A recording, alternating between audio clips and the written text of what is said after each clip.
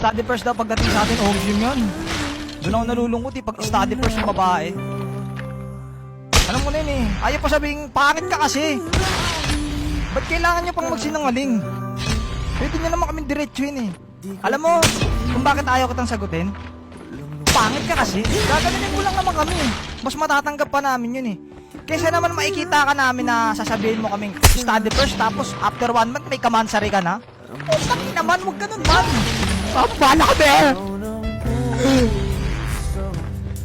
Ilang awit na ang inalay sa'yo, ilang luha na rin ang natamo.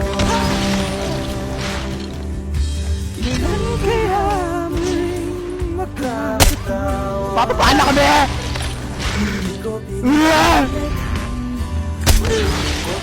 Pampala ka be!